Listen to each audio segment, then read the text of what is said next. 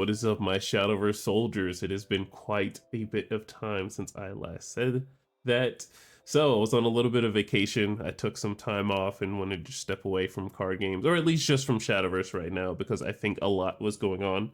And there's just a little bit of break time here with like the Glory Finder stuff coming out, and I'm not really super into Glory Finder.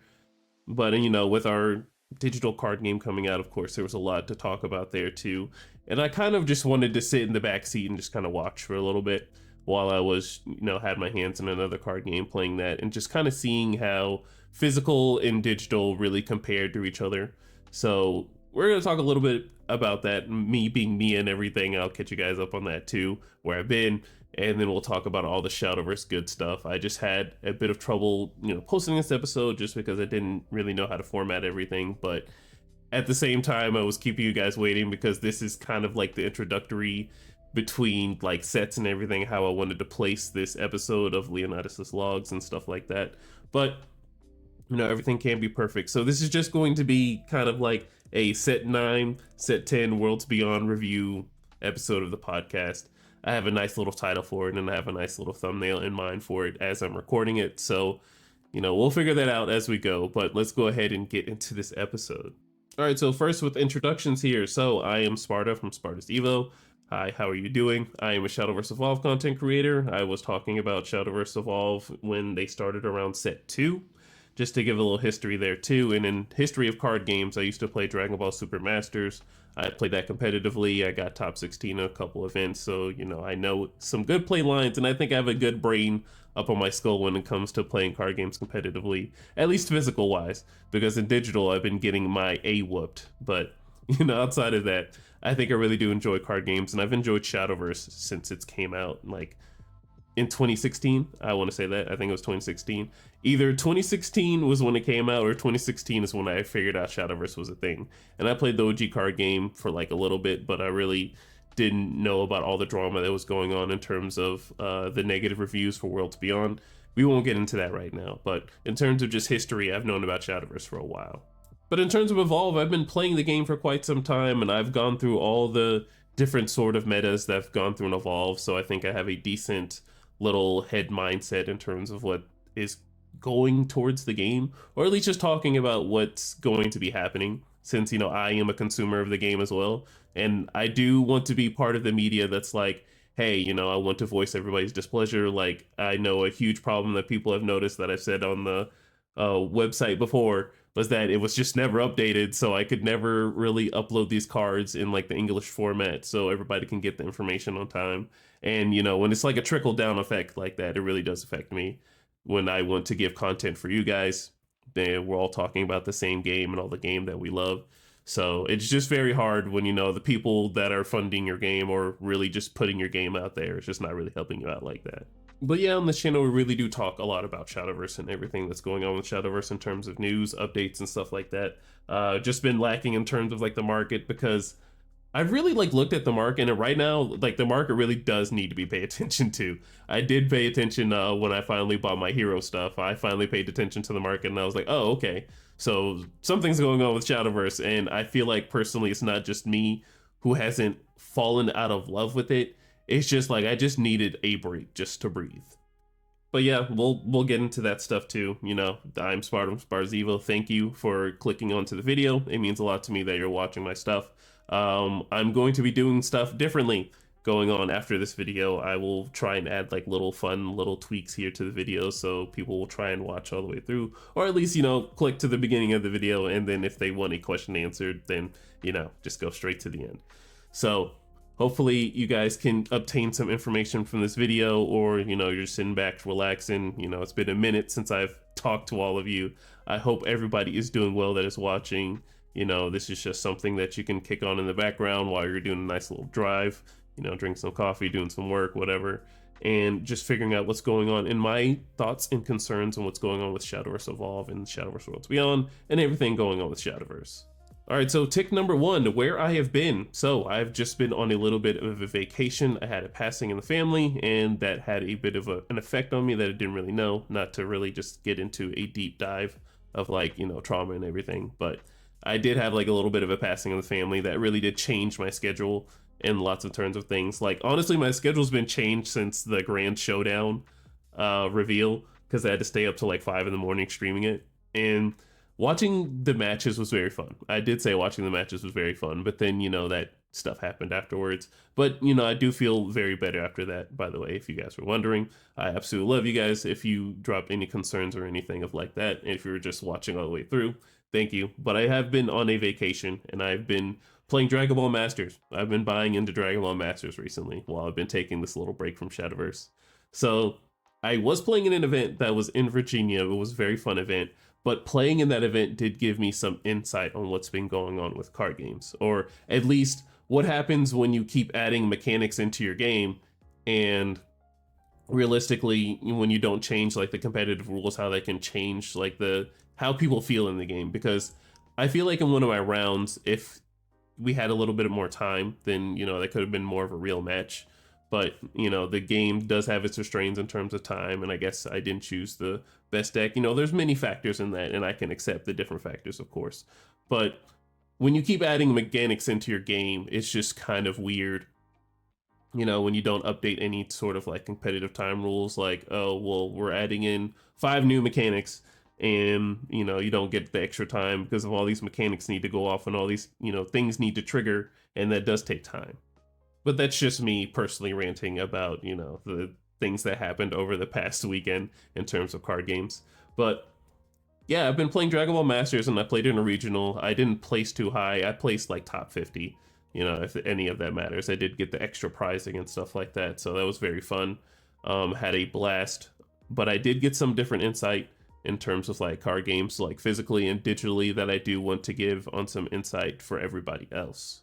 All right, so I think I'm going to call this little section me just rambling on about how physical and digital really just changes. Like, it just changes, or at least just how it feels personally for me. So I feel like I am a very good physical card game player. Like, I don't feel like the RNG changes too much when the computer does a 1 to a 0. But I think in play lines, when the computer does everything for you, it definitely like changes some things. But like, I do really enjoy the interactivity of physical. I've just enjoyed sitting down in front of somebody, having, my own stylistic of having a mat and everything, and just playing a good old game of cards. Like, it's just something that I've always enjoyed. Interactivity, I just loved talking with somebody. Because in Worlds Beyond, like, I just play a match and then, kind of just go with the flow. There's just no... Like, if I'm playing with a friend, of course, we can sit there, crack jokes and everything, and that's what I enjoy. I mean, like, cracking jokes. Like, you're supposed to have a good time with it. So when Worlds Beyond kind of removed that interactivity for me, it kind of was just like, all right, well, do I really want to cover the game? Because it's just me kind of like sitting there talking to myself, like, oh, I'm gonna play this card, I'm gonna play that card, versus telling somebody, this is how this deck is supposed to work, or just being able to upload a game and like game of me playing the game and I'm just like cracking jokes and being myself on the camera and stuff like that. So that's just kind of how I felt about it. It might sound a little weird how I explained it. I'm sorry if it might have been weird, but I really want to get this video out to you guys to show you that I'm coming back. I'm not like dropping and just falling off of the face of the earth and not going to be continuing, because I did watch Dean's like most recent stream, and I just was just like, yo, Dean is up at this hour. The new set Infinity Evolved, it came out, and I didn't even know it was coming out, because that's how far I've been away from Shadowverse. Like, I definitely need to catch up on a whole bunch of things, and I think we're all going to catch up together, because we all already know like what's been going on previously and how Shadowverse works and how the different decks are out. And honestly, after the World's Finals, it did kind of feel like, set 10 meta just really hasn't had its time to shine, because don't want to say Summerfest isn't a competitive event, because it is a competitive event. Like, it's showcasing all the new decks that are out for set 10. It's just, I feel like people that top in Summerfest definitely need like some sort of like invite to Worlds for at least, topping at these events. And if you do get the Worlds invite and I'm just being ignorant and towards that knowledge because I haven't really caught up with everything in Shadowverse, then, correct me in the comments below. But I don't think they get any invites to Worlds. They have to get that in the new season for 25-26. And I'm ready for that season, honestly, because I think we'll be in a pretty interesting meta coming around for at least English Shadowverse Evolve, because we'll have those dual sets. And man, it's just like with those archetypes coming out, it's like which of the better can you mix the archetypes, or do you just play any of the better archetypes? Because I honestly don't know what those cards are yet as of right now from being in set 10. And if I'm being honest, I need to honestly brush up on the cards for set 10. That's how far I have just been in deep into Dragon Ball. But don't worry, in this video we will all be caught up together, so I just wanted to kind of ramble on about where I've been introductions wise, how I felt about, playing from physical to digital, because I was really into Evolve, and the things that are happening in Evolve right now, which we'll probably just cover in the next one, is why I have like just been stood away from it. All right, so here I am. So it is for anyone watching on a later date, it is July 22nd, 2025. So here I am. This is the reason why I took a break from Shadowverse Evolve. So here I am buying my hero cards, and I'm just like, okay, well, I'm going to buy one of my legendaries that I need for my Evolve, since I didn't buy into that set, or I just didn't buy the legendaries. I'm buying into a completely different craft, right? So I usually buy every single rune card, and I'm just like, all right, well, my favorite archetype is back hero.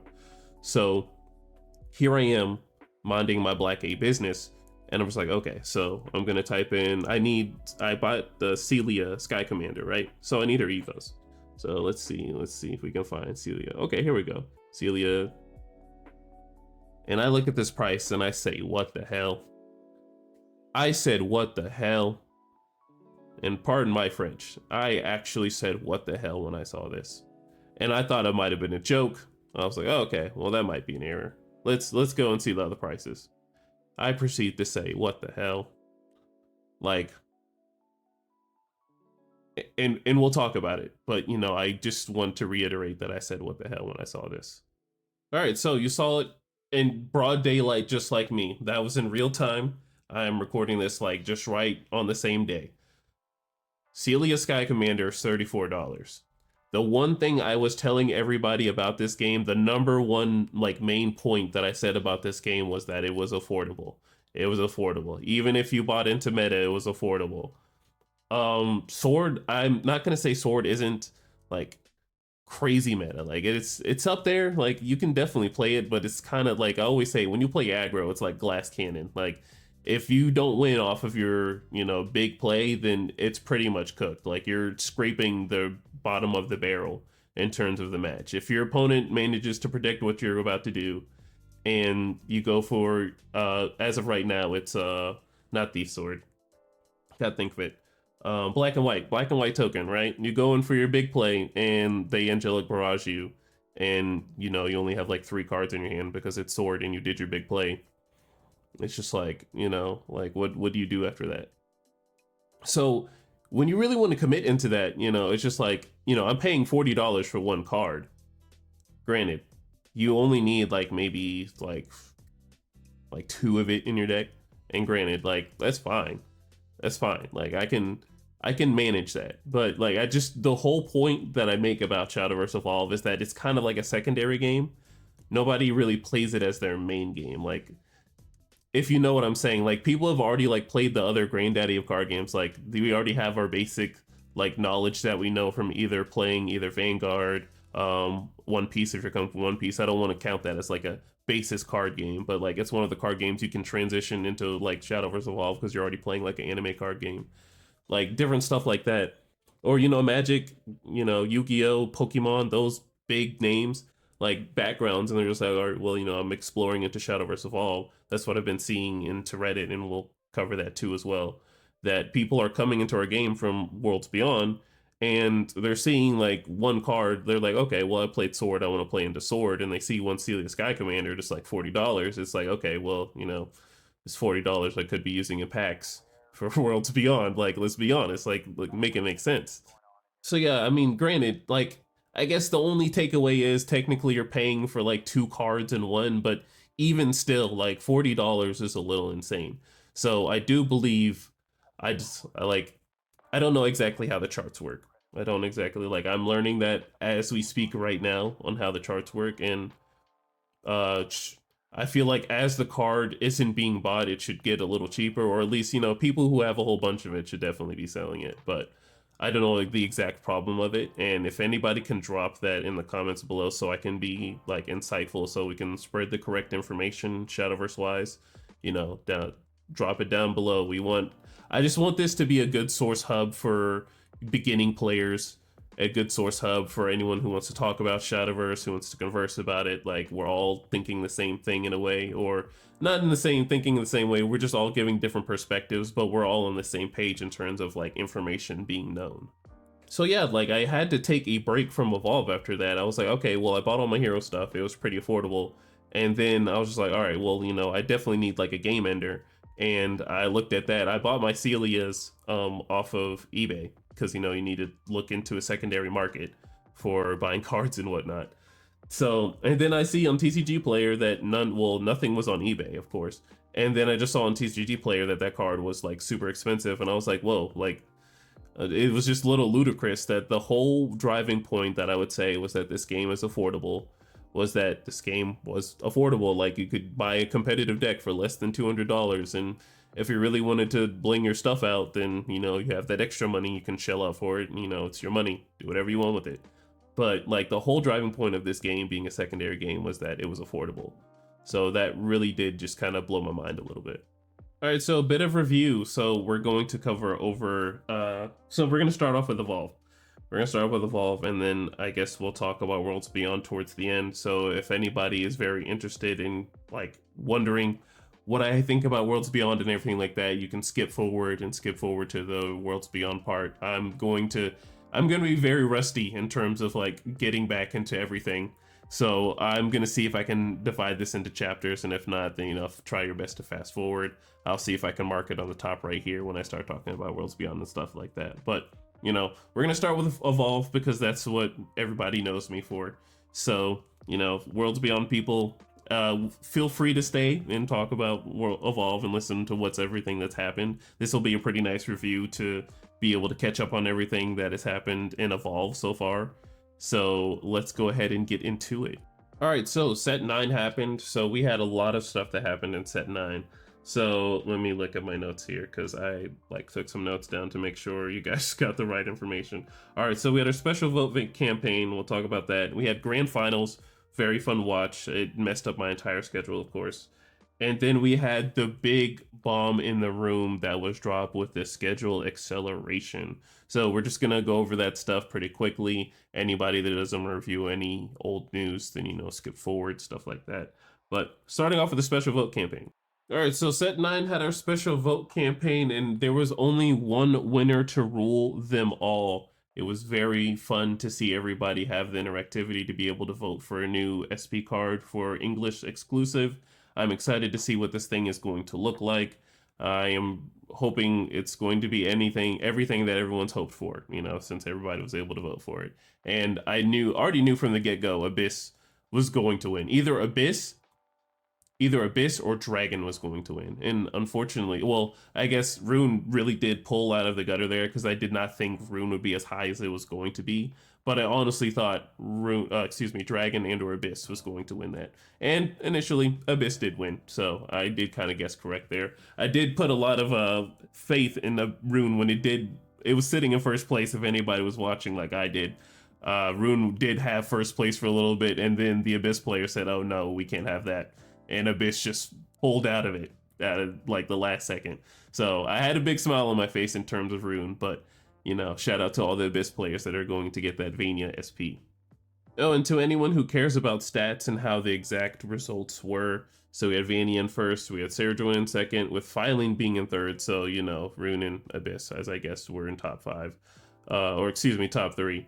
And then we had Realmia with Orcus, and then Sylvia, and then, unfortunately, Haven, the unfortunate bastard child of Shadowverse Evolve that I'd like to say. I think Haven has fun mechanics, but does not get enough representation, I'd say. And the one person that we all know from the Evolve Discord that will forever rep Haven, that always tops with Haven, Shout out to Aubrey if anybody plays with him. You know, just a topping player that just loves Havencraft, and many different Haven players that I do know too, of course, but just someone who I know religiously that plays Haven.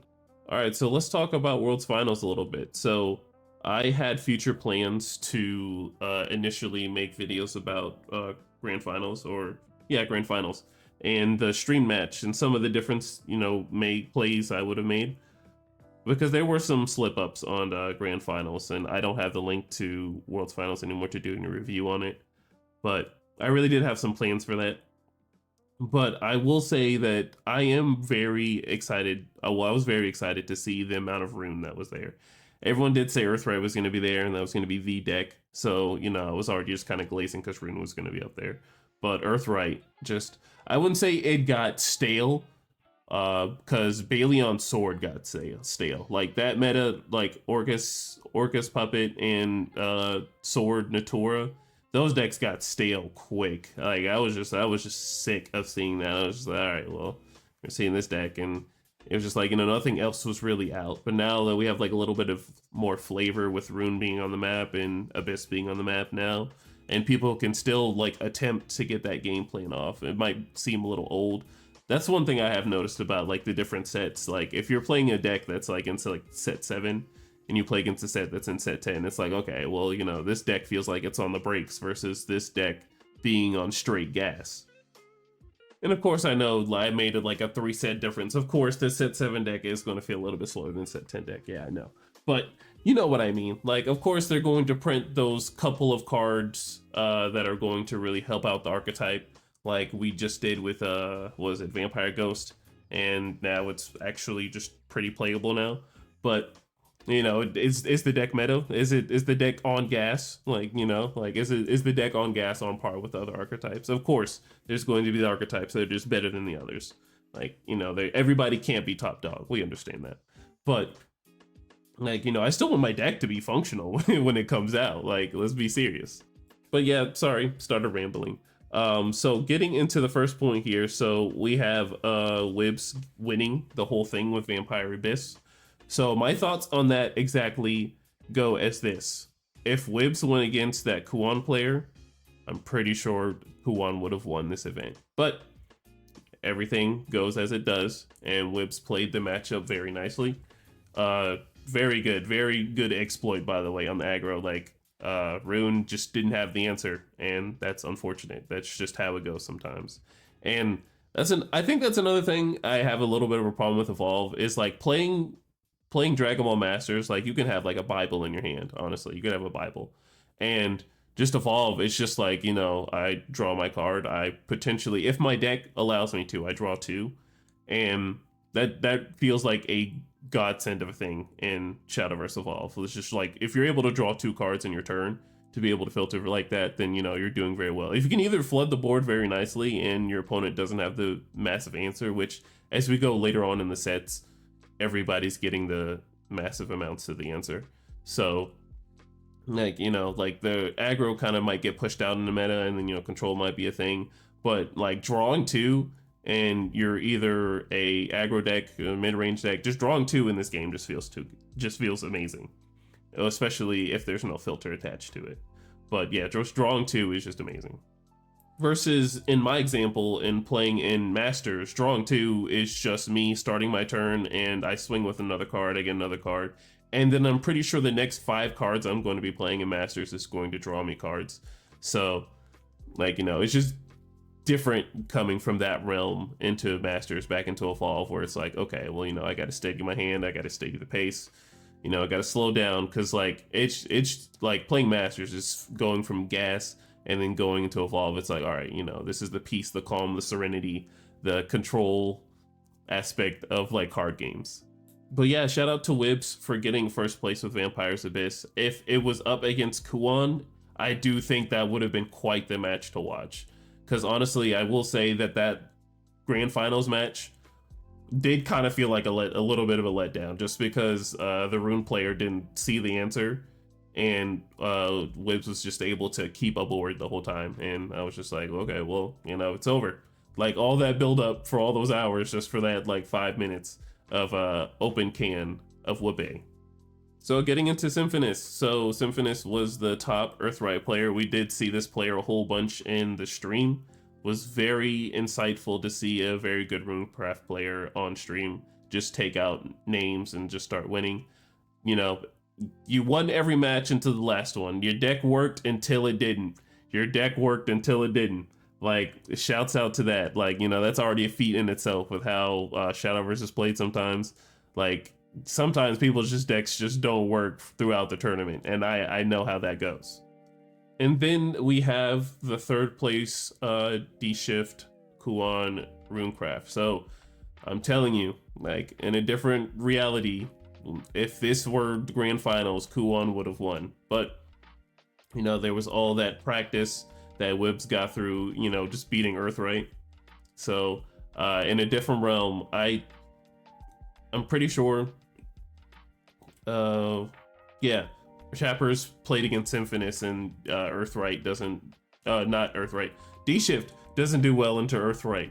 So, because they play all those big bodies and you're trying to get to that late game and they are just burning you as like the game goes on. So yeah, rest in peace to Chappers. If it were a different matchup and you had played up against someone else, then you probably would have been a contender for the champion spot. But fortunately, things go as they do in this realm. But in the alternate reality, oh yeah, my hands were in books and Chappers, by the way.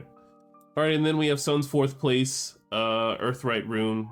There was a huge percent of Earthright Rune. Not going to go into the differences like too much here, but Earthright Rune was the deck to play. That was the deck that was in a majority in that room. And then, if you played vampires, you did. You played a bit of dragon, you had a bit of that flavor. If you played any of those other decks and you tried your best, shout outs to y'all. But Earthright was the most represented deck here, so this being in top 4 isn't a surprise to me. So just a little cutaway just to like have a little tension break here. So I'm scrolling through and I'm realizing all the information I'm like missing, right? And I'm seeing like all the 2nd year anniversary and I'm just like, man, I missed the anniversary. Like, this would definitely get me like on the couch. Like I would definitely be in the doghouse because I missed the anniversary. Like I'm definitely not getting that text back from Shadowverse, by the way. All right, so let's talk about the bomb. I'm pretty sure we talked about it in the last podcast, but it doesn't hurt to talk about everything that has happened updated now. So we had the release schedule thing that is on the screen right now. So we're currently in July, so we have our Glory Finder. So that is really the break for Evolve initially. Like if you're playing competitive Shadowverse Evolve, there aren't really, like, this is the set where you're supposed to pick up all the cards that you really didn't get from the other sets. I don't know each individual card as of right now, but I know this is a good pickup set. Like it's just kind of like a pickup set where they can do reprints in a way. Because the one concern that people did have was, oh, well, how am I going to get my bell ringers if, they're from set 1 and they're like a staple in my deck, which was a good concern. And I'm not mocking that as of like, insult or anything, because you do need reprints if you have cards from set 1 that are still good, because Bellringer is still a staple card for Shadowverse Evolve. So this is where you get it. It's in Glory Finder. You can buy like a good case of it, like a set like that. And I don't know, I think you only get like one of each card, but this does give the reprints. People post their reprints and stuff like that. So, you can grab a reprints if you need it in case like the old one is just too expensive, which does make sense. So this is where you can get your reprints. So that's where we are marked in July. But they did have these pretty cool things that happened in June for set 10. If you have bought a box, you were able to get those promo codes for Worlds Beyond, and it really is nice to see that we have the interactivity between Worlds Beyond and Evolve. I know I did hear talks of us getting like a Super Evolve mechanic in Evolve, which is very interesting to look forward towards.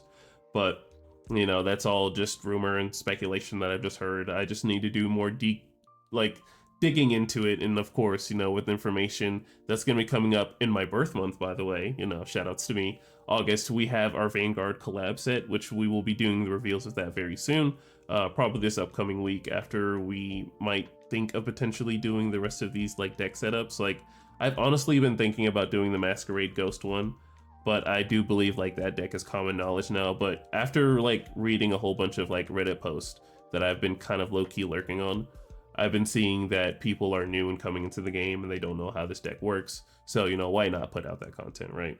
But yeah, so July is kind of like our only break that we're going to be having because we have the August stuff. So we have Vanguard. Then after that, we have set 11.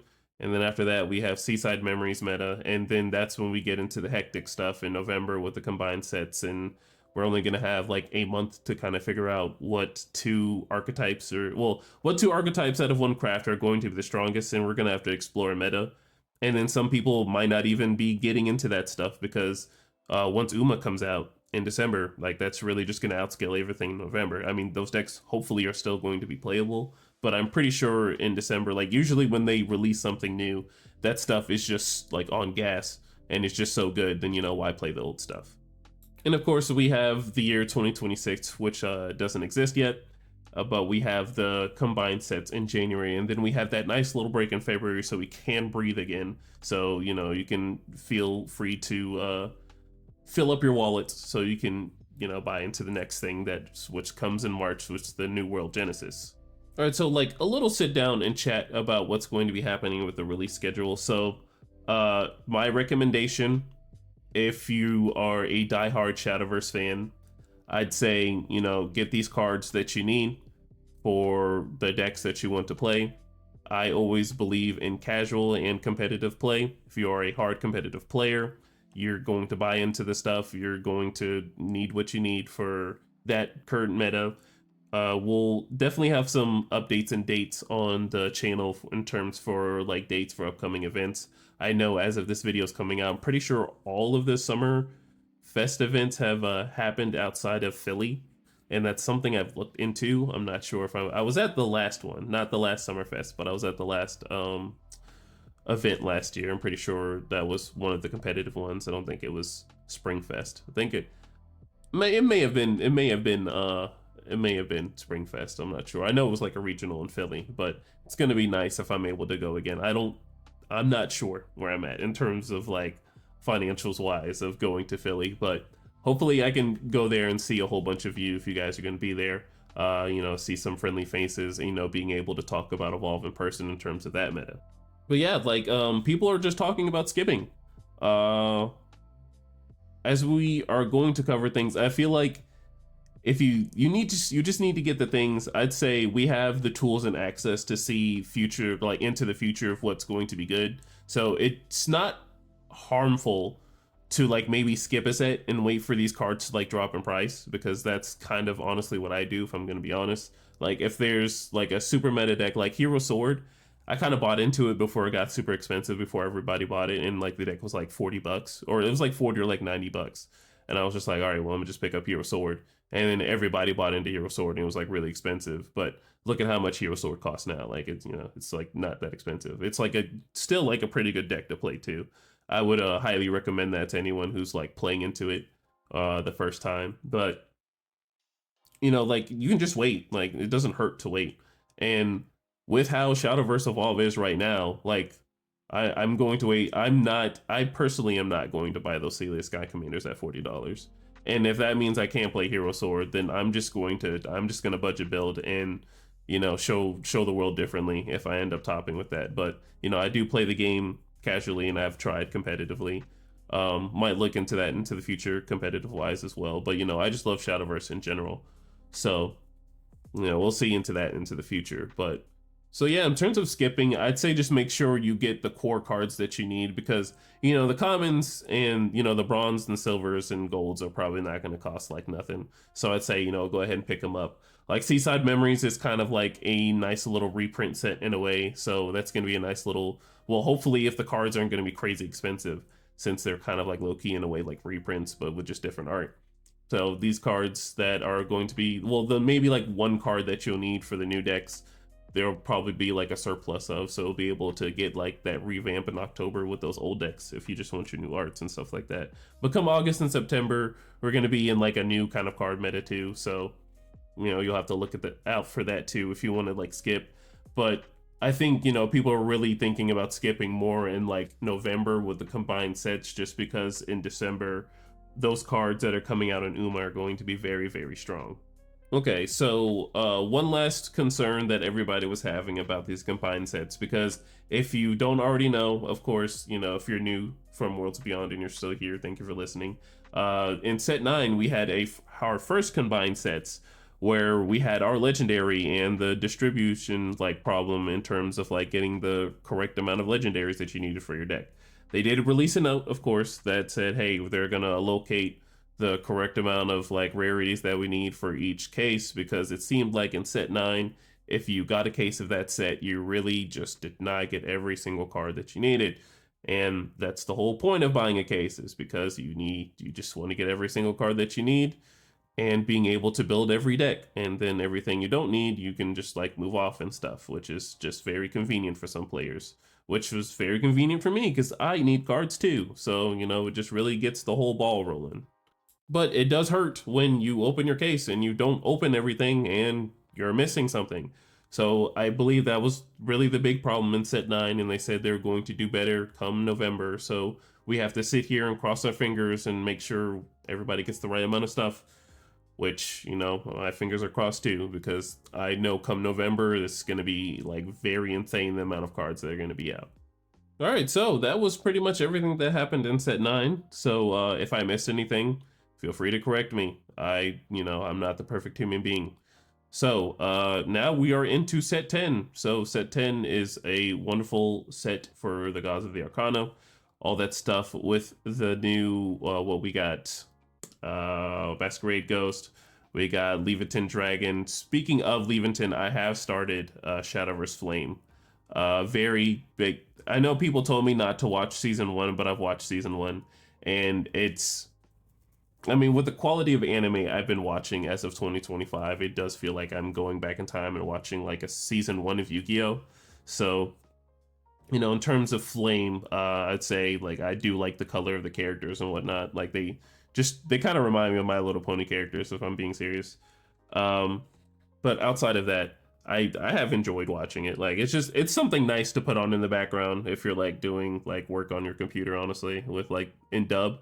I know I might get shot at with fire arrows, but I'm not gonna lie, the sub for it is just I wasn't paying. I didn't want to pay that much attention to it. But outside of that, yeah, set 10's happening. There's a whole bunch of decks on the list. We will get into a tier list once I do all my info gathering come tonight and tomorrow night. So we're gonna brush up. I'm gonna be getting back into playing. Like I haven't really tested out everything too well. Just because of that whole Celia Sky Commander, and I've been into Dragon Ball, whatnot, just knocking the wind out of my sails, by the way.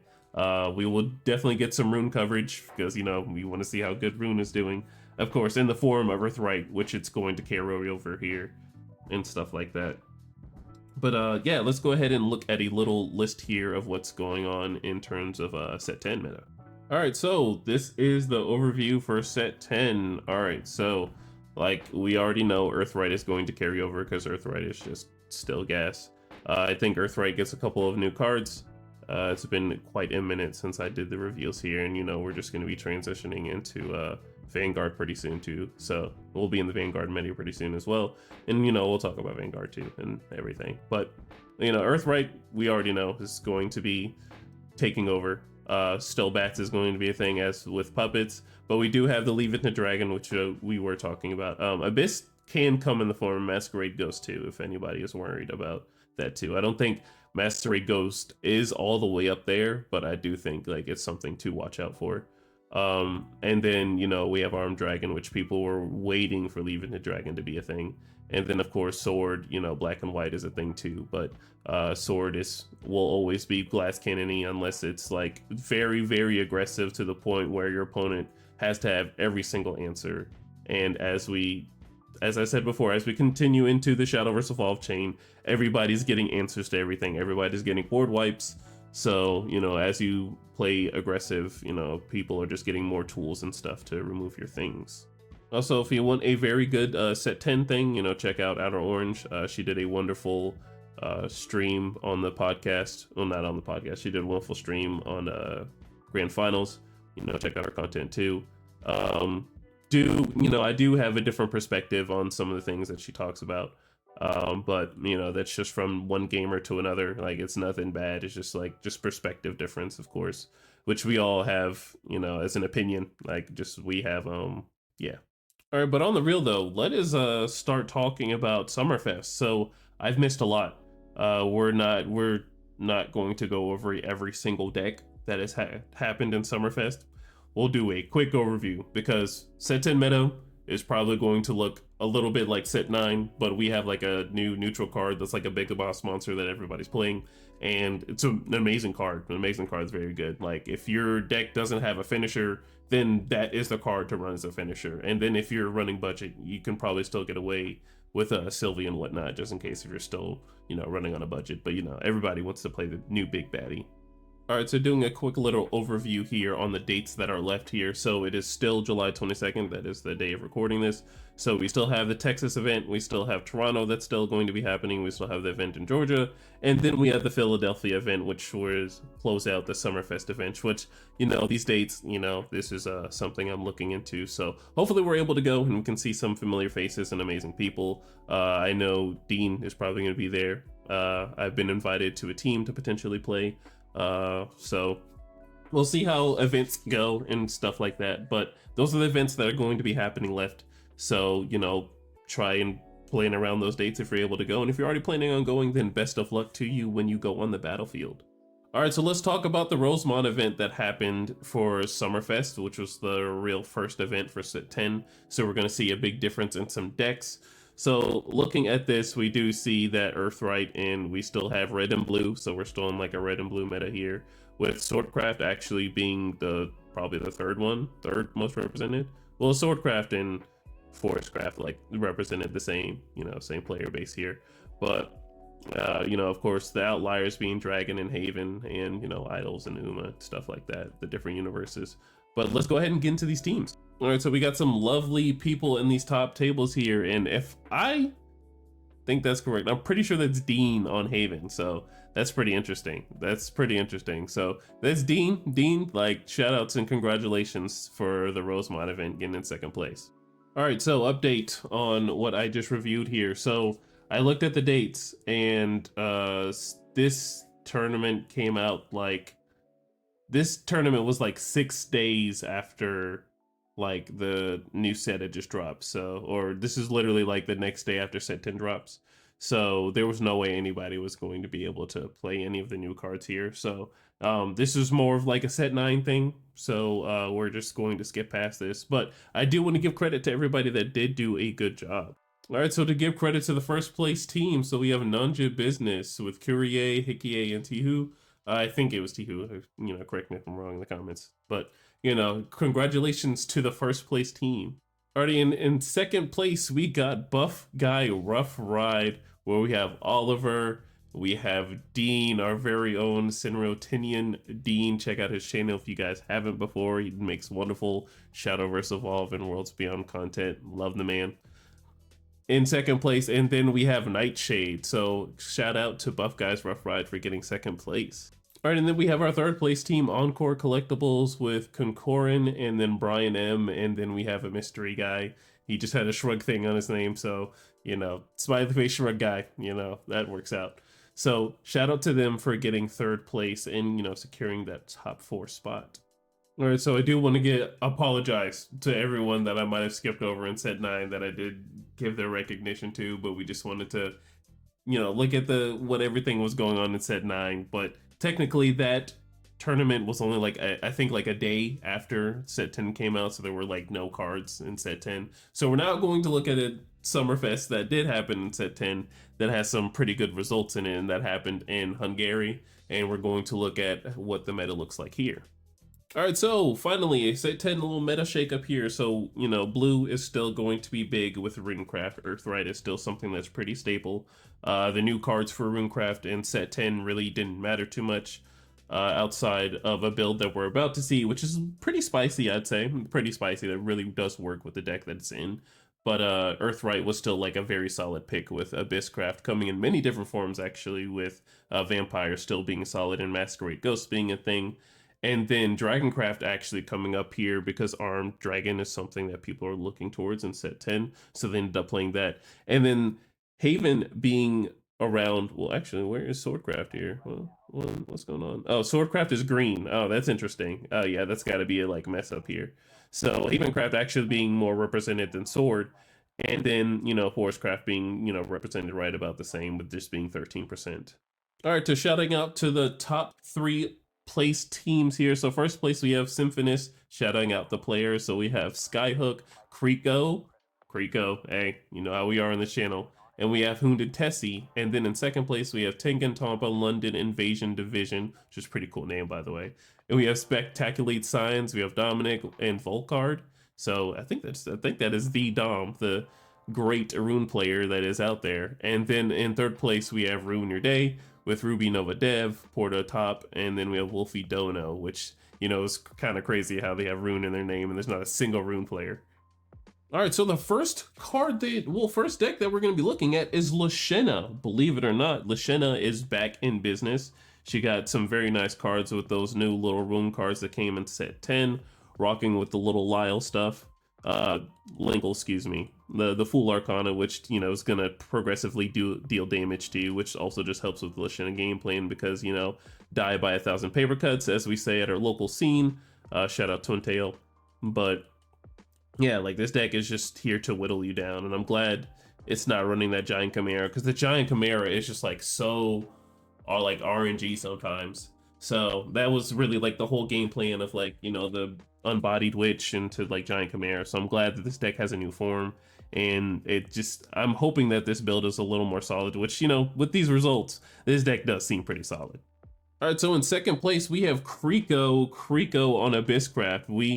We all know Creeko for Abysscraft here. I'm an old head of a player. I've seen Creeko in action in person. I know people might think I'm glazing, but Creeko was on stream for Grand Finals and was playing Dragonic Duelist, and I lost my mind because I was like, why is Creeko not playing Abyss? But, Vampires probably wasn't the move because, set 9 was just kind of weird. But in set 10, we have Creeko playing Masquerade Ghosts, which is what I like to see. I like to see Creeko on Abysscraft doing his thing. Just for the sake of everyone talking on the channel, we'll just say that we all know what Masquerade Ghost does. We definitely need to do some brushing up on these decks, because on Inverse Academy I have been lacking, but with that little vacation I took, we'll definitely still do that for the new players that are coming in, because we are still getting an influx of people that are asking about Shadowverse Evolve, that are coming from Worlds Beyond, that really want to test out the physical game and have a deck.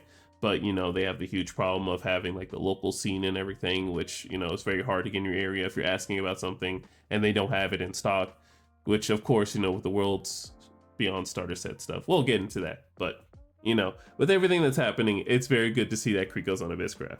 All right, and then we have Hounded Tessie on Dragoncraft with Armed Dragon. So we did talk about this deck on the channel, and I'll be honest, I wasn't really sure like how the deck really performed too well, because I had my build that I built, but I didn't actually like play into it very well. And then I played into it and I was just like, okay, so this deck is actually pretty gas.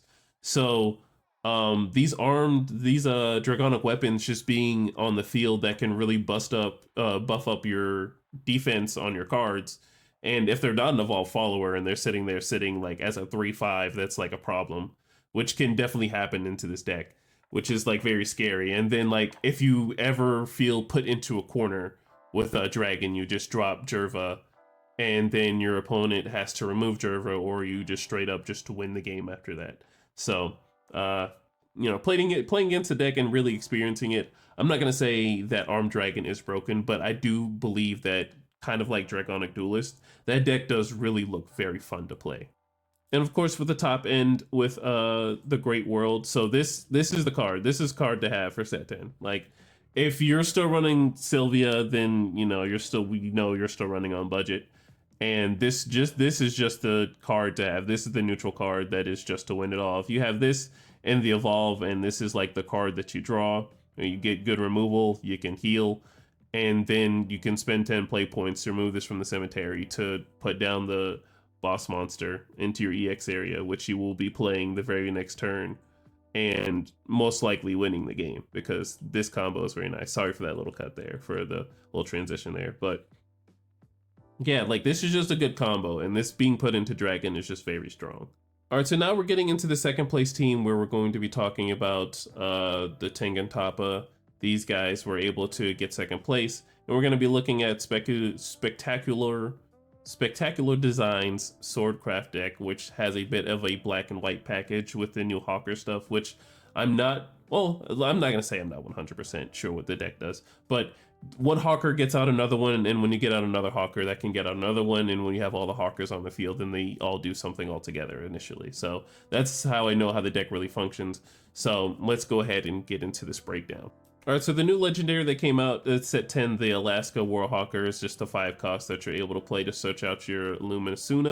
And what Illuminasuna does is when you can engage or just select enemy follower on the field and deal 3 damage, and if there's a merchant follower not named Illuminasuna Discord Hawker on your field, you deal 5 damage instead. Since you already have the other merchant follower, you're going to be dealing 5 damage to something, which is pretty useful to just go ahead and get some damage off on the field. And then you evolve the Warhawker, and then you search their Nesta Weapons Hawker, and then summon it onto the field, and you put an Exterminus weapon token into your EX area, which is a 2-cost 6/6 with Ward, which is very helpful to have on the field when it comes into play. Select enemy card on the field and destroy it. Remember, it's an enemy card, so it can target amulets, it can target, you know, like any follower. You just select a card and you destroy it, and then when it dies, it deals 4 damage to each leader. So that's some good burn damage, and you have a 6/6 on the field with Ward. So your opponent's gonna have to deal with this, and they're going to have to take 4. And if they don't deal with it, then they have to take 6. So there's that position. And then we have the Ernesta Weapons Hawker, which that you get off of the Warhawker Evolved, which will be really helpful because when she is played, you select another Swordcraft follower on your field and give +1 attack and assail. You can go ahead and give it to the Warhawker since it's evolved, give it a +1 attack so it can swing into something. And then at the start of the end phase, if there's a merchant follower not named Ernesta Weapons Hawker, which you should have one on the field, since you have the Warhawker and then Elusina, you get to deal 2 damage to each enemy leader at the end of the turn. So this is the alternative line that you're going to be playing with Swordcraft. So of course, if you're not playing Hero Sword, you're playing the Hawker line, which is pretty good since you get 3 cards on the field for a whole bunch of play points. But if you're just playing Swordcraft, you know you're playing a little bit of tempo. Of course, you know you have the Leo to really like progress the game out, and then you have the black and white sword that'll really help in the mid game. But we also have our new cards here from set 10 outside of the Hawker/Merchant package, and that is the Arcana here.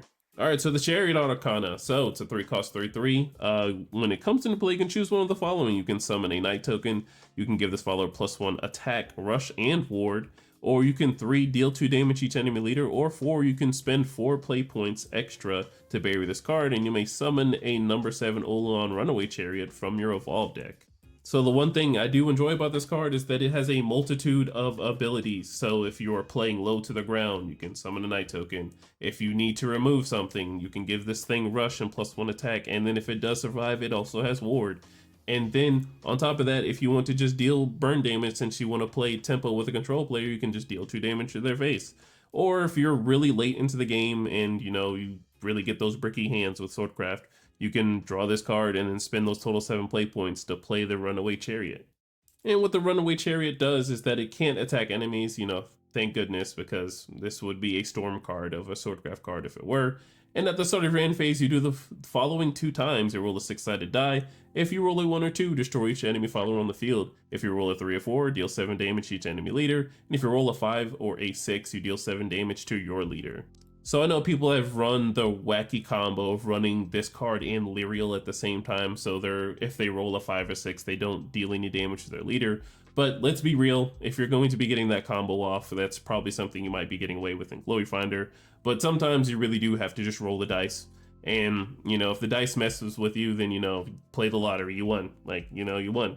So you get to deal 7 damage to somebody, and then you're probably going to win the game because dealing 7 to somebody is crucial, unless you're playing against like Havencraft, where they're healing a whole bunch, or maybe like Earthright 2 with the Gingerbread House. But yeah, dealing 7 damage to the leader for just playing a card is very nasty. So yeah, those are the many play lines that can be played in Swordcraft right now. But you know, early on in the video, I was talking about how, you know, Celia Sky Commander is a $40 card, and I can only imagine how much the Runaway Chariots are. Hopefully they're inexpensive. I haven't looked too much into it because, you know, with the break and everything, but, you know, hopefully, like, these cards are just, like, easier to access outside of the, you know, set 9 card, which, you know, in this deck, you need 3 of, and, you know, if you can do basic math, It's 40 times 3. All right, in second place, we do have our Seat B Dominic's Lashena. So Lashena Runecraft is just straight up back. It seems like it's representing Runecraft, which honestly, Earthright was feeling stale. So I'm very glad that we have Link of the Fool being represented in Runecraft right now. The new set 10 cards seem pretty nice. Outside of probably Lashena that the deck is doing it for, I don't think you can't really run the like Arcana deck as its own, like an archetype. Like there's just not enough support. But you know, the deck can be really cute played on the Fool as its own, but, you know, putting in Lashena, I'm glad it has some power. And of course, I always love the spice that Dom always runs in, runs the Edict of Truth. Like, I like that card so much. I just wish we were able to play Rayo. I just wish we were able to play Rayo. I enjoy Rayo a whole bunch too. I'm glad we're able to run Lashena, but I would really love to be able to run Lashena and Rayo in the same deck. Like, Lashena's like the mid game, you kind of do that and then like top it off with Rayo, since you already have like the spell card in there. But you know, a rune player can only hope, you know. All right, and lastly in Seat C with Armed Dragon, we have Volcard's Dragoncraft deck, and it is in the form of Armed Dragon, and we already looked at Armed Dragon, and you know, with the top end of Great World and then Leviathan Dragon being like its special card here. We already talked about it on the channel. Not gonna go into it too much, but this is a solid deck to be playing in set 10. Like if you really want to look into like getting into Shadowverse, I think this is a pretty affordable deck because Leviathan Dragons aren't too much. We can budget the old Great World if you really like want to get into the game and are just scared if the price is too much, because Sylvia's just not a bad card either. But you're definitely going to feel the power difference if you don't run the Great World in your deck. But you know, we believe in having a good time, budget gaming too, just in case, you know, you don't want to miss out. But for these competitive events, you definitely want to be running these top grade cards like the Great World, which will really make that difference of a deck of like the power scaling. All right, so getting into Ruin Your Day's third place team. So we have Seat A with Ruby Novdev's Havencraft deck.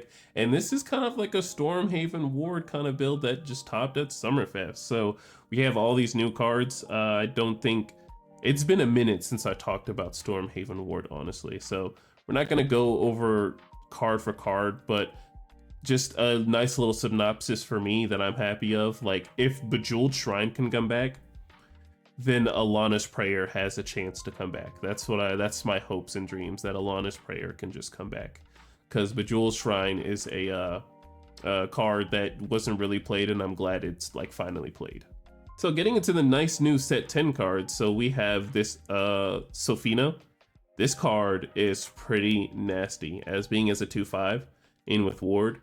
Like you get this card out on the field, if your deck does not have the hard removal, this card is very weird to like deal with. And the fact that it has Ward, so like Wilbert can get it, it gets the bonus off of Ruby Falcon.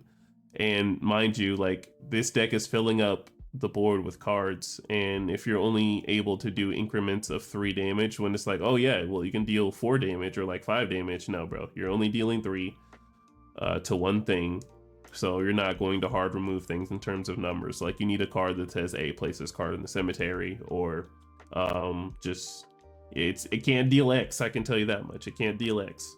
All right, so looking at Topaz Guardian, so this is the card that's going to allow us to play Bejeweled Shrine, which is very nice because I'm realizing as I made the Havencraft reviews video that these cards were all the diamonds, and I was just like, oh yeah, well hoping, you know, you can make like a diamond deck, since, you know, there's already the Amethyst and the Emerald, I can't remember, the old ones that, you know, were just like big boss monsters that, I wouldn't even say boss monsters, they were bronze cards that nobody really cared about. But I'm just realizing that they're all like the diamonds and like the gems and stuff like that. So it's just like nice that Bejeweled Shrine and all of it kind of like works together. So I'm glad that this card's able to be represented in Bejeweled Shrine. You know, those old cards being in the new decks does always put a smile onto my face when your old decks get support. But this being the 3-cost card that really kind of like starts the engine going for those Storm cards to get the extra buff, or there's Ward cards that are buff if you need to play on the back end too, just to go ahead and evolve for 1 and then choose that follower with 3 defense or left and destroy it. So you can just have some nice removal in the mid game. But the top end of the deck being Priestess of Foresight is pretty nice. So I like this card. I haven't seen it played too often. I would actually like to ask the Haven player how often did this like card come into play. That would be very interesting. Just being able to search out the Topaz Guardian or any of the Arcana followers that have 4 or less, I'm pretty sure you can get Sophina and just go ahead and play it, and everything can't take more than 3 damage, which you have a 3/6 on the field with Ward. Yeah, that's pretty hard. That's pretty hard. So I think that's a pretty cool combo there. Oh, but I didn't talk about the Sophina Evolve. You know, I'm tapping myself on the head forgetting. So not only do your followers not get to take more than 3 damage, you do get to search for the Salmon and Strength, which is the amulet that you're able to get. And this is a 2-cost amulet that you're able to play, so you can select the 2 followers on the field and give them +1/+1, while also using 1 play point to engage this and, you know, putting this card into the cemetery. You select them, you follow on the field, and you give it -2 attack, which in some instances can really help, so because they can't take more than 3 damage. So if you take away some of that damage, you know, if something does 3 damage, it'll only do 1, or if there's a follower that does 2 attack because they're playing super aggressive, then, you know, they don't do any damage and it already sucks because you're playing a deck that has so many wards in it. So shout out to Ruby Nova for topping with the, you know, Ruby slash like Amethyst, the gem deck. The gem deck inspired with the Arcana stuff, and then, you know, playing Storm Ward. All right, then in second, or seat B, excuse me, in third place team, we have Portatop's Vampire Abysscraft deck. Alrighty, and then in seat C, I want to say third place every time. I'm getting mixed up. I'm sorry. So in seat C, in third place team, we have Wolfie Dono's D-Shift Chess. So I haven't actually had my hands-on experience with D-Shift Chess yet, but I'm very excited to really test it out this week. Like, you know, after this vacation, it's just like, okay, so I've been seeing the decks, like I've been paying attention to the Facebook posts and everything that everybody's been talking about, you know, the Vanguard meta, and then right after that, you know, Glory Finder's a thing, which, you know, Ignidius and Different Fight are really pushing for the cards that are coming out in those reveals. And then, you know, Worlds Beyond stuff, like, you know, those weekly tournaments and the rupees, and they're getting my stuff for Infinity Evolved. I have like my one deck that I play, of course. Like, you know, the digital, I wouldn't say I try my best to steer from, but, you know, I just play it since it's so handy. Like, it's a lot easier to play on like online than Evolve. But yeah, D-Shift Chess, I'm glad that Chess is actually making an appearance here, because Chess was definitely not real in terms of its engine. I would actually think it would be pretty decent even playing like maybe one Mystic King. No, I'm just kidding. But Kuan will still be the elitist in terms of the late game. But you do have to remember that this is D-Shift. So, you know, there are some awkward playlines where you get more spells and you get followers, and you will have the removal in terms of like filter, which, you know, what is supposed to happen in D-Shift. So you still get to play the game and like filter a whole bunch, but, you know, there are those sticky situations where you do have those awkward and weird hands. So I'm glad you were able to top with D-Shift Chess, because D-Shift is still a formidable thing for Runecraft. Yeah, so another fun fact for D-Shift Runecraft is that you don't need that many cards. So, you know, like if you really wanted to like really budget, I think D-Shift Runecraft is probably pretty good to get into, because you don't need any of these. Well, you know, these are the big arts of the cards, of course, but, you know, you only need 2 Agnes and 3 Merlins, so and then you just need the chess cards, which, you know, don't really cost anything because they're gold, silvers, and bronze. So, you know, if you're really interested in getting into playing Runecraft, I would highly suggest, you know, the D-Shift. I know Merlins probably might, you know, cost a little bit of a like penny of a dollar, but honestly, in comparison to the Celia Sky Commander, you know, like who's winning there? But yeah, don't want to make this entire podcast about the event report. So this is what the meta looked like for Hungary. I think we're about to have the Texas event, which should be for, I do believe it's right before Vanguard comes out, and we're going to be doing the review for Vanguard and everything. And I think we're actually about to transition into Vanguard right now, because I think we've talked enough about set 10 meta and the Summerfest, which, you know, is going very wonderfully right now. It's just the prize support is nice. I'm just hoping everybody's having a good time with Summerfest. Bushy Road Expo happened as well. I'm not going to really be covering too much on that. I know they said they were going to be doing reveals for Glory Finder, and we don't really talk about Glory Finder too much here. We just kind of like give updates that, hey, this is coming out and whatnot. But yeah, let's go ahead and talk about Vanguard. All right, so I do want to talk about the Glory Finder stuff too, but I kind of want to focus on like the core of the things that are coming out, like the different meta shifts. Like Glory Finder isn't going to shift the meta at all. People are just going to get the cards that they need that are going to get reprinted, which we're currently still figuring out right now, and we only have like maybe what, like three or 4 days. I actually think the Glory Finder stuff comes out this week. So I have, like I said, I haven't been super updated with everything, but you know, I'm here to bring news and everything and do my little catch up in a video here too. But big things that are happening are going to be Vanguard, and we're going to try our best to disclose everything that's going to come out in Vanguard. We'll definitely be doing the card reveals for that as well. I'm excited to do that, be back on the stuff. But, you know, with Worlds Beyond and Evolve, you know, plate's just going to be very full. All right, so the information that we already know about Vanguard is that we are going to be getting box toppers with the thick leader cards, which is very good that these different crafts are going to represent these like different sort of clans, like in archetypes. So, and we do also know about that stuff too, and after we talk about the evolution point here that has not been disclosed yet, but we'll be getting the key visual for the Confide Vanguard animated series, which I haven't personally watched yet because I'm still catching up with Shadowverse like Flame. So when I get into Vanguard, I'm going to really like put 2 and 2 together. All right, so let's figure out the key clan differences for each individual craft. So Forest Craft is going to be Aqua Force, while Swordcraft is going to be the Royal Paladin, while Runecraft is going to be Pale Moon, and Dragoncraft is going to be Kagero. Do remember this because Kagero Dragon will come up again. And then we have Abysscraft with Shadow Paladin, and then we have Havencraft, excuse me, with Oracle Think Tank. And I'm going to be 100% honest with you, soldiers. I do not know what any of these clans mean. So I have to do some research in terms of watching. So it's good that we have these collabs though. I do like the collabs, you know, the mixture of universes. That's one thing I enjoyed growing up as a kid, watching my favorite cartoons mix and mash together.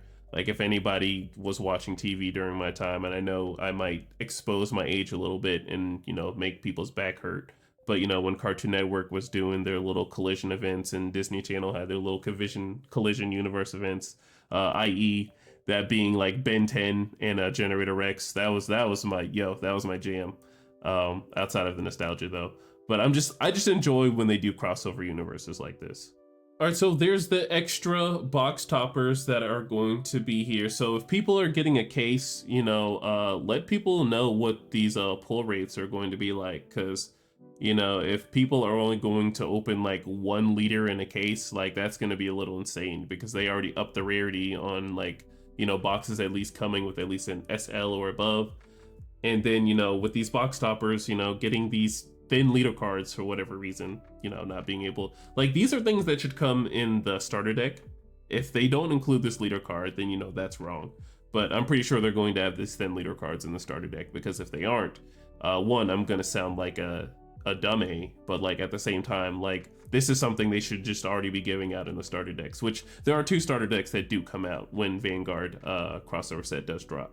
But you know, the arts for these evolution cards are going to be pretty nice. I'm glad that they're going to have these thick tokens that are going to be, well, they actually might be thin now because everything's going to be thin, but having these thin evolution, you know, points, you know, recognizing these archetypes and these different clans and the actual show and being represented in, you know, your card art. Like these, the one thing I do like physical, digital, Worlds Beyond wise is that these are collectibles that stay with me and will collect dust in my binder or in my box somewhere, you know. So it's gonna have some value to either, you know, give to a friend that wants to get into the game, or, you know, just like hang up on the wall if I really enjoy Shadowverse, Evolve, and, you know, Vanguard so much. All right, so we are getting new original art cards. So of course we have the leader cards that we have seen. Don't think those cards are going to have the full art, but if they are, that's going to be pretty cool. We do have the ultimate cards, the Blue Storm Dragon Maelstrom, the Majesty Lord Blaster, Silverthorn Dragon Tamer, you know, Liquefier, Draconic Overlord, the End, Phantom Blaster Overlord, and Goddess of the Full Moon Tsukiyomi. So those are some cool cards that I'm hoping that'll look really good. Of course, we're going to be going over it in the review. So we're going to be looking at all the alt arts and, the special SPs that are going to be coming out in Vanguard for the crossover set. So we will be looking forward to talking about those archetypes feature on in the channel. But, these are some exciting things we're going to be getting for the crossover set for Vanguard. But do mark your calendars, Shadowverse soldiers, because we do have set 11 coming out in September. And September is when we also close out for Summerfest, and we'll be looking towards the new season of the competitive Shadowverse Evolve scene. So people that are going to be, still sticking with the game, the top players, hopefully things aren't going to rotate too much with all the craziness that's going to be happening with the accelerated schedule, because I know that scared off a lot of people. And honestly, the prices for some of these cards scaring off a lot of people. But we're raking in what we need through Worlds Beyond, because a lot of people are on Worlds Beyond. I will say that it's got me in a little bit of a grip. Just enjoy playing digital, just how convenient it is. But the Evolve scene is still going to be happening regardless if people are going to be playing or not. So we're still going to be talking about it all the same. But yeah, soldiers, September 26th is like another staple date for Shadowverse Evolve. Bullet of Fate is something that you'll need to look into. Not 100% sure how the meta is going to look there. Of course, future videos coming out, we're going to get more of a honing in on what things are going to look like, what to really expect. We're still going to be messing with characters with Shadowverse. But as we have these little in-between sets here, we'll probably get some, leaders from Shadowverse Worlds Beyond, because I'm interested in at least rocking the rune leader from Worlds Beyond, which I know on the app you can have a special, you already have the regular one that's on the phone, but having a nice little scannable leader would be nice too. Alrighty, and before we close off of set 11, this is when we're going to be getting our new SL card frame. So not only are SLs just going to have the bottom rainbow colored, now we're going to have a full border effect for a SL. So if you pull one, it's going to feel very nice. I don't think there's going to be a new texture to it, but it's just nice that we have a little bit more flair on our super legendaries now. Alright, so that was everything in the recent future that's going to be happening for Shadowverse Evolve. Of course, there's more things like Summer Memories and the inflated scheduled combined sets that's going to be 12 and 13. That's, I believe, the next ones that's going to be out. But we're only going to really hone in on those things, since that's what's going to be happening between, set 10 and set 11, are just these little bitty events and stuff like that. But if you skipped forward into past the Evolve stuff and you are here for Worlds Beyond, hello, welcome to Worlds Beyond. I am Sparta from Sparta's Evo. If you haven't heard from the introduction already, I also play Worlds Beyond as well. Not sure how much content we are going to be putting onto this channel, because everyone's doing a wonderful job of putting information out there. And of course, with my different perspective, we already know kind of everything that's kind of cemented for Worlds Beyond, honestly, because the decks that are doing well are doing well. And then some, the times when I've played Worlds Beyond, in just my personal opinion, I'm playing one of probably the meta decks, that being the Spell Chain Rune.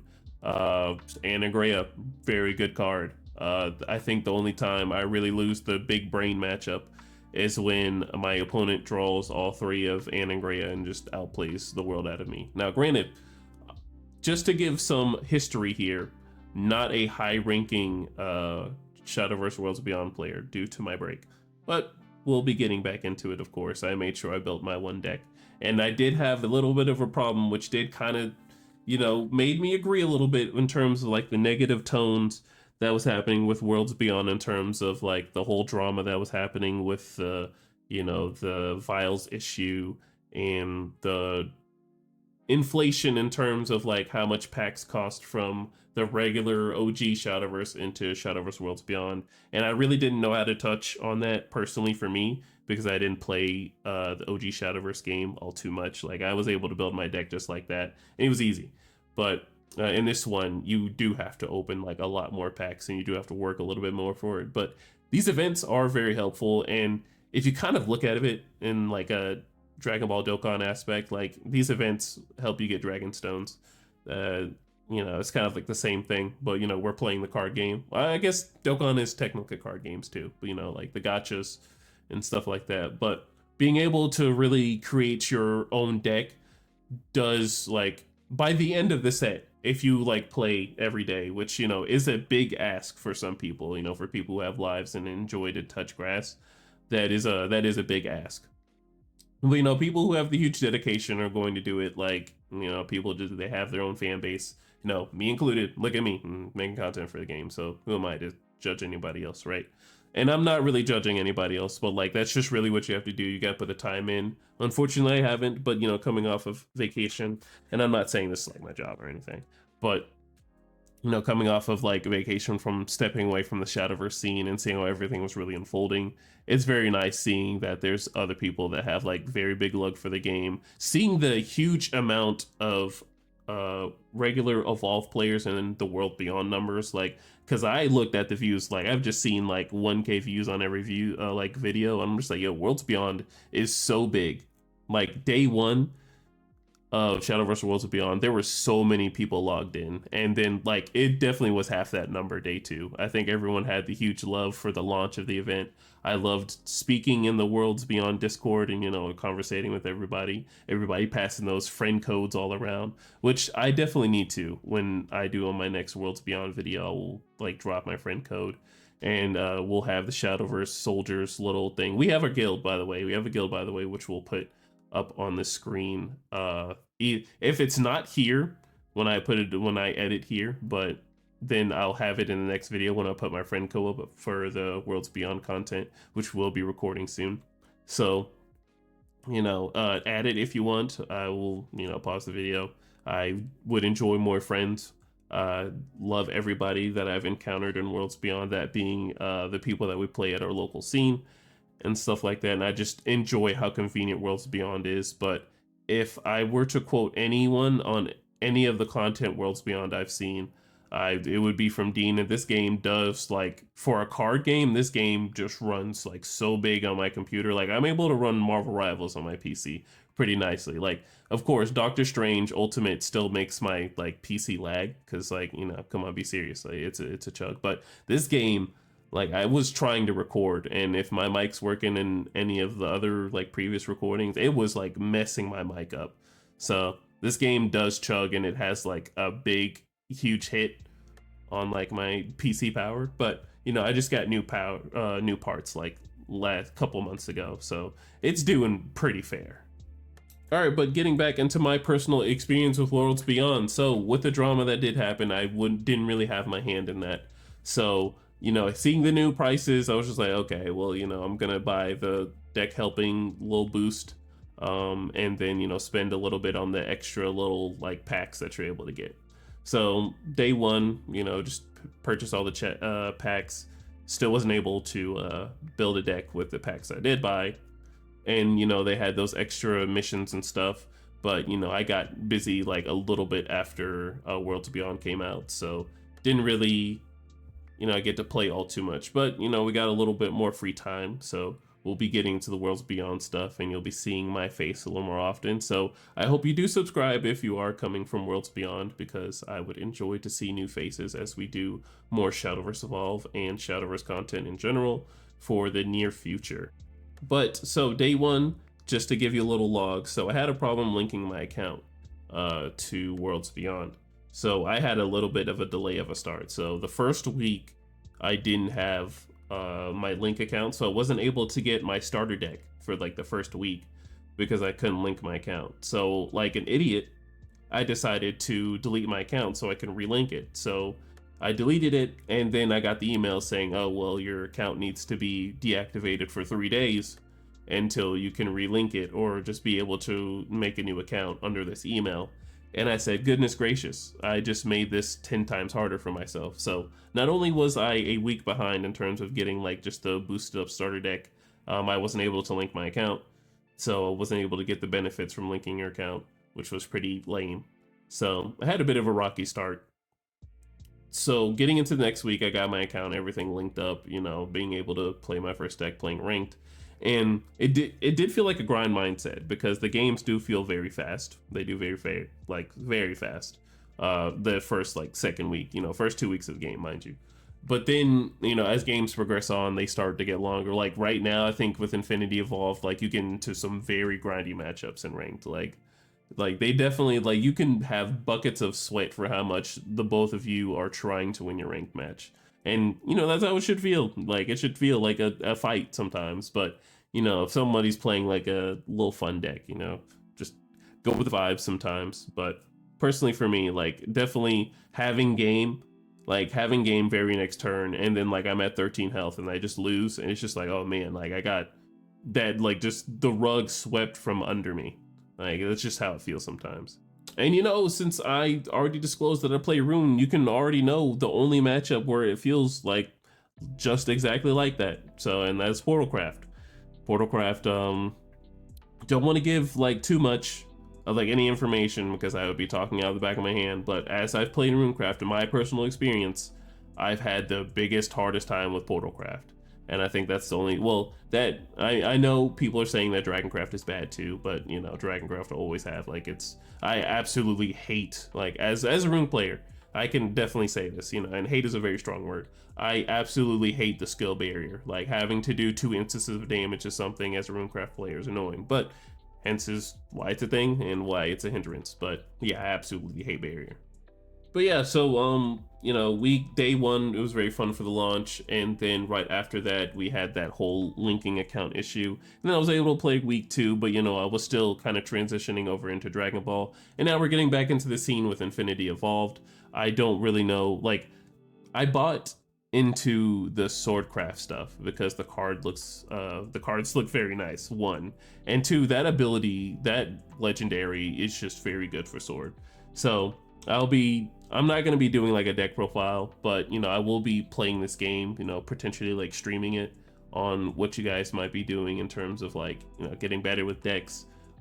Do want to actually talk about the story too, in terms of like streaming and like making like videos of like reviews. But how I just noticed how the story was, they only have it by like characters, and they're doing like a character each set.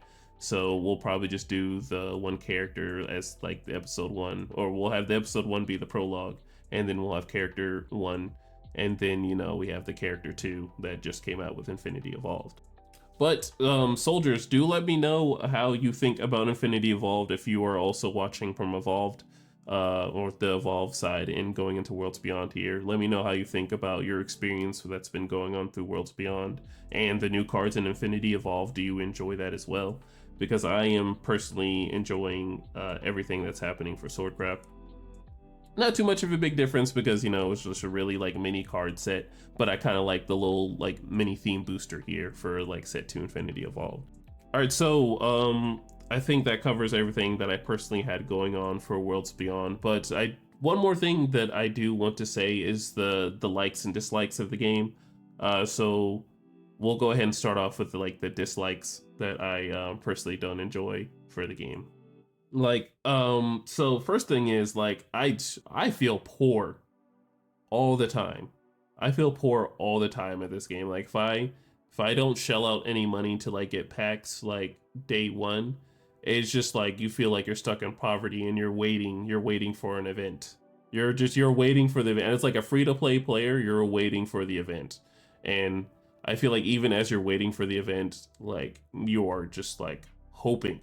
You're just hoping that you win the chance to get all those rubies, you know? And granted, you know, of course there's the Shadowverse Park, the chest and stuff that really do help out. And, you know, it's kind of like, don't want to say assistant living, but, you know, it's just kind of a little bit of a, like, progress check that's only going to give us a little bit of rupees at a time. But, like, I feel broke all the time. But at the same time, I haven't played all too much. So when I do get into playing too much, I'll have more of a basis and we'll get more content and stuff like that. But as I've been playing as a free-to-play player and I've been getting my daily packs every, you know, day and 2 that I've been logging in, I do still feel very poor. And it's not that I want to play every deck in the sun. You know, just having like 2 decks is fine. Just having 2 decks is fine. And surely, like, if you play like hard until the end of the set, you should have at least maybe like 2 or 3 decks that you're able to play and stuff like that with all the legendaries. That's just an estimate, but how I've been pulling legendaries, like I've been pulling every knickknack in the shack that I don't even need, and I really want to take it back. So, you know, I have to really shift into the meta of getting like the new neutral legendaries from set 1, because I don't even have those yet. I've seen the Olivia Evolve combo so many times. So you know. But yeah, that's another dislike that I like. It's just like, I wouldn't say the pull ratios are bad. It's just like obtaining cards is just like pretty hard too. I know it was very easy in the old game, and of course, like people are definitely going to disagree with the fact that cards are hard to obtain. They're not the hardest to obtain. Don't get me wrong. They're not anything like Fusion World. If anyone has played the Fusion World client, now that was a game to low rank as the bottom of the barrel of free to play games, by the way. But like these cards, these legendaries that do make the difference are a little bit harder to obtain. The file system is just like very like low. It's just stuff that I personally don't like for the game. But as I play it some more, I'm going to, get some more insight on it and see how the vibe really goes. It's not the worst grinding system, you know what I'm saying? Like it's not like the worst, but I'm not gonna say it's like optimal. All right, and I think that's what I really don't like too much all about the game. Like I said, I'm going to get some more insight, and I'm sorry in terms of the lacking for a whole bunch of Worlds Beyond stuff, but like I said, we've been playing a whole bunch of paperback Dragon Ball, and we have been playing Worlds Beyond, and people who have already watched the channel and who still rock with me, by the way, which I appreciate you coming back. I absolutely love everyone that is new, that is listening, and then all the returning people that are listening as well. Absolutely appreciate all of you for still rocking with me and listening. But since we're transitioning into a positive note there, let's talk about what I do like about the game. So I'm enjoying this new Super Evolve mechanic. So I really enjoy Super Evolve. I'm liking how the card stays on the field while it's able to deal damage to a follower and then deal 1 damage to the leader, which does help with the numbers, especially when playing, the big Kuon turn, spending 10, which is just very nice. So really do like the Super Evolve mechanic. And then going second with this extra play point that happens, I think twice. I think you get that extra play point twice, which is very nice because like there are some instances where, I wish I were in turn 3 to like really draw more cards and I could just boost myself up and draw those 2 extra cards, which really helps in terms of like gameplay, and especially with Spellchain Runecraft. And another thing that I do like is the translation of deck identities. Like set 1, we have a different way of D-shift, but D-climb is pretty nice too. I really do like it. It still has its same identity of like technically taking another turn, but with the time being a thing, you do have to play a little bit faster because you are taking another turn on the same timer, which, when you get all those play points back and you spell boost your hand 5 times, like it's really nice. But yeah, like the different decks have their identities, like Abysscraft. I do hear about the complaints about Abysscraft, like it's not as good because like Swordcraft does the same thing Abysscraft does, but Abysscraft has to deal damage to itself to like make a board. And we heard that from one of our people at Locals that is really good at Worlds Beyond. So like, like what's the point of why would I invest in Abysscraft other than the fact that I just love Abysscraft? I mean, you can get into stuff that's like Cerberus and whatnot, but yeah, like I said, I only know a scratch of the surface of Worlds Beyond, so I don't want to get into like the deep deck stuff, but I'm just saying like the identities, like Cerberus is still Abysscraft, and then Abysscraft is still dealing damage to itself while Swordcraft is, building a board and, rallying together. Force still has its combo effect. Really, I can't wait until it gets a little bit stronger because you do have to realize we are in set 1, and then we have our Infinity Evolve like little mini set. But like as these decks get stronger, I'm really going to enjoy seeing the growth of the game. But yeah, that's my entire experience with Shadowverse Worlds Beyond so far. I'm looking forward to making lots of more content. I don't think I'm going to be doing deck profiles, but I will enjoy the talks of like the big things that will be happening Shadowverse Worlds, Shadowverse just in general vibes wise, and like Worlds Beyond being big news that leaks over into Evolve or just like the Shadowverse topic in general. And all right, soldiers, that is the end of the podcast episode. We went over a lot of things here. If I might have missed some information, I'm very sorry.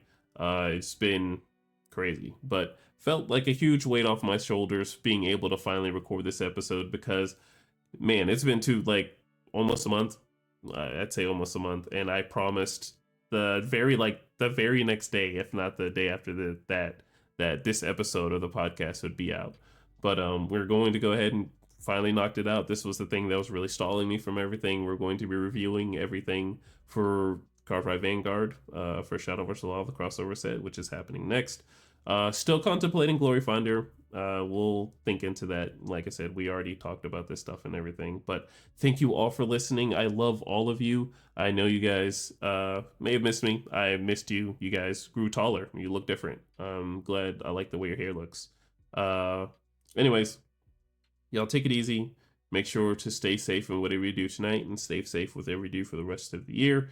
Make sure to like, comment, and subscribe if you want to see more videos like this one, and I will see you in the next one. Bye. Yeah. TRINN. Just to get you away. What I got to do. What I got to do. Just to get you away. What I got to do. What I got to do. Just to get you away. You pull me too close, now we hesitate. Every single move you make, it makes me feel